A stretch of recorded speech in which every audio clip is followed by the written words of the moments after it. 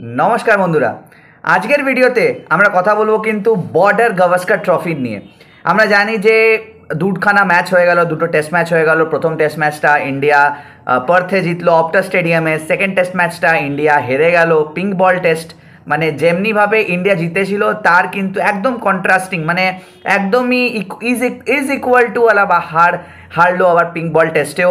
बाट एबार देखार विषय जे थार्ड जे टेस्ट मैचटा होबे सेई टेस्ट मैचटा होबे किन्तु गाबाते, ब्रिसबेने। এই গাবাতে কিন্তু আমরা জানি যে আগের যে বর্ডার গাভাস্কার ট্রফিটা হলো 2020-তে, আর গাবা কিন্তু অস্ট্রেলিয়ার ফর্ট্রেস ছিল। সবাই বলছিল দ্যাট এই অস্ট্রেলিয়া ড্র করে দেবে, জিতে বেরিয়ে যাবে, আমরা জিতে যাব।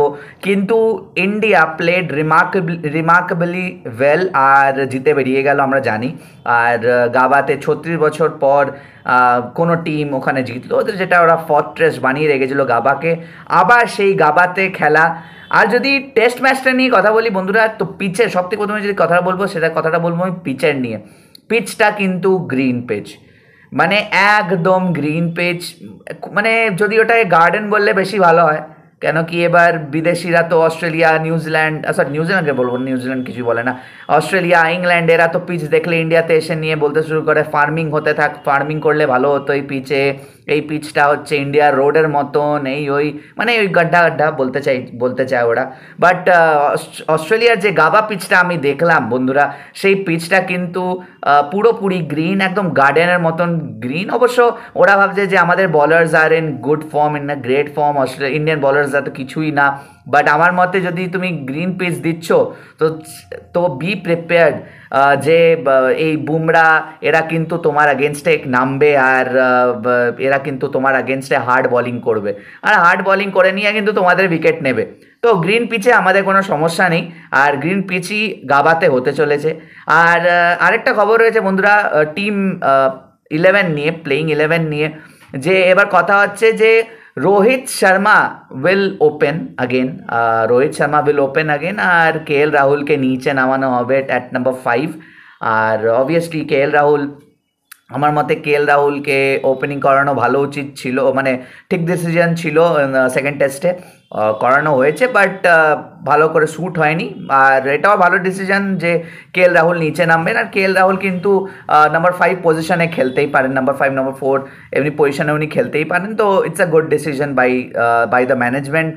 আর সবথেকে বড় কিন্তু ডিবেটেবল কোয়েশ্চেন এখানে রয়েছে বন্ধুরা, যে হর্ষিত রানাকে খেলানো হবে কি খেলানো হবে না। কেন কি team management, there might be a possibility that কি ওনার উপরে ফেথ শো করানো হোক, বাট এখন এমনিও খবর আসছে যে ওনাকে বাদ দিয়ে অন্য কোনো প্লেয়ারকে খেলানো হতে পারে। ফর এক্সাম্পল আকাশদীপ আর মুকেশ কুমার। আমরা জানি মুকেশ কুমার প্লেইং 11-এ নেই, 15 মেম্বারে নেই, উনি কিন্তু ট্রাভেলিং রিজার্ভস। তো there might be a possibility যে প্রসিদ্ধ কৃষ্ণা বা আকাশদীপের মধ্যে কেউ হয়তো ওনাকে রিপ্লেস করবেন। আর অশ্বিনের নিয়েও কথা উঠেছে বন্ধুরা, যে অশ্বিন খেলতে পারেনি, অবভিয়াসলি অশ্বিন খেলতে পারেনি। অশ্বিন যখন ওয়াশিংটন সুন্দরকে রিপ্লেস করেছিলেন, অবভিয়াসলি মানে ওয়াশিংটন সুন্দরও উইকেট নেননি, বাট দুটো উইকেট নিয়েছিলেন উনি পার্থ টেস্টে। আর বাট রান করেছিলেন ক্রুশাল, প্রথম ইনিংসে 30 অড রান, আর সেকেন্ড ইনিংসে তো ওনাকে নামতেই হয়নি। তো আমার মতে ওই না, সেকেন্ড ইনিংসেও রান ছিল টু বি ফ্যাক্ট। আর ওখানে দাঁড়িয়ে যখন অশ্বিনকে নেওয়া হয়েছিল, তো অবভিয়াসলি অশ্বিনকে আমিও বলেছিলাম নিতে। আর অশ্বিন কিন্তু খুবই ইম্প্যাক্টফুল প্লেয়ার, উনি কিন্তু এমন ক্যালিবার ধরেন যে উনি কিন্তু কোনো পিচে স্পিন থাকুক না বা না থাকুক, উনি কিন্তু টার্ন করাতে পারেন। বাট সেটা কিন্তু আমরা পিঙ্ক বল টেস্টে কিন্তু অ্যাডিলেডে আমরা দেখলাম না। অবশ্য অ্যাডিলেডে স্পিন একটু কমই করে, বাট স্টিল আমরা দেখলাম নেদারল্যান্ডও কিন্তু কম বোলিং করেছে আর তার মানে অশ্বিনের তুলনায়। কিন্তু অবভিয়াসলি কোনো ক্রেডিট নিতে হবে না অস্ট্রেলিয়ার কাছ থেকে, অস্ট্রেলিয়া প্লেড ব্রিলিয়েন্টলি।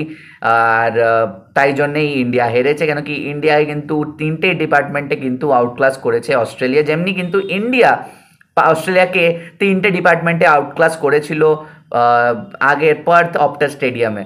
আর এখন কিন্তু 1-1 সিচুয়েশন হয়ে রয়েছে। এরপরে বাঁচলো আর 3টে ম্যাচ।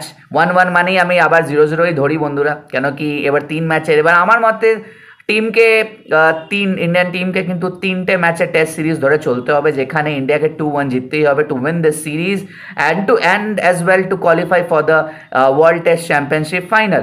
কারেন্টলি যদি আমি ওয়ার্ল্ড টেস্ট চ্যাম্পিয়নশিপ টেবিলের যদি কথা বলি, আমি যদি টেবিলের কিন্তু শীর্ষে পৌঁছে গেছে সাউথ আফ্রিকা, আর সেকেন্ড নম্বরে অস্ট্রেলিয়া, 3 নম্বরে কিন্তু নেমে গেছে ইন্ডিয়া। আর যদি এমনি থাকে তাহলে অ্যাজ ইট স্ট্যান্ডস, যেটাকে বলে as it stands, India is not going to play World Test Championship final in June at Lords। তো ইন্ডিয়াকে যদি ওয়ার্ল্ড টেস্ট চ্যাম্পিয়নশিপ ফাইনাল খেলতে হয়, কেউই হোক, মানে অস্ট্রেলিয়া হোক, সাউথ আফ্রিকা হোক, যেই হোক, বাট যদি খেলতে হয় যদি ইন্ডিয়াকে, তাহলে কিন্তু এই বাঁচা কুচা যে 3টে ম্যাচ রয়েছে, সেই 3টে ম্যাচের মধ্যে 2টো কিন্তু বাই হুক অর ক্রুক ইন্ডিয়াকে জিততেই হবে। আর যদি 2টো ম্যাচ জিতে যায় ইন্ডিয়া, তাহলে কিন্তু সিরিজ 3-1 হতে পারে শেষ, বা 3-2 হতে পারে শেষ। তো তাও কিন্তু ইন্ডিয়ার চান্স আছে that India can qualify for the world test championship final. তো দেখা যাক বন্ধুরা ইন্ডিয়া এবার কেমনভাবে খেলেন। ম্যাচটা কিন্তু শুরু হবে বন্ধুরা 14ই ডিসেম্বর থেকে। 14ই ডিসেম্বর শনিবার সকাল 5:30 থেকে কিন্তু কভারেজ স্টার্ট হবে, আর 5:50 থেকে কিন্তু 8:50 ফার্স্ট সেশনের খেলা হবে। ভোরবেলা উঠে আবার যেমনি আগে আমরা দেখতাম যে ভোরবেলা উঠে অস্ট্রেলিয়ার টেস্ট সিরিজগুলো আমরা ভোরবেলা উঠে দেখতাম, আবার কিন্তু ভোরবেলার টেস্ট সিরিজ কিন্তু 3টে ব্যাক টু ব্যাক আমরা ভোরবেলা উঠে দেখতে হবে। একটা আছে 2টো 5:30, একটা 5টা। তো দেখা যাক বন্ধুরা, আজকের পর্যন্ত আজকের অবধি এই পর্যন্তই বন্ধুরা। আপনারা যদি এই ভিডিওটা ভালো লেগে থাকে তো অবশ্যই লাইক করবেন, শেয়ার করবেন, আর সাবস্ক্রাইব করতে ভুলবেন না চ্যানেলটা, কেন কি এমনি অ্যানালিসিসের ভিডিও আপনাদের কাছে আসতে থাকবে। আজকের ভিডিওটা এই পর্যন্তই বন্ধুরা, দেখা হচ্ছে আবার অন্য কোনো ভিডিওতে। ততক্ষণের জন্য ভালো থাকবেন, সুস্থ থাকবেন, নমস্কার।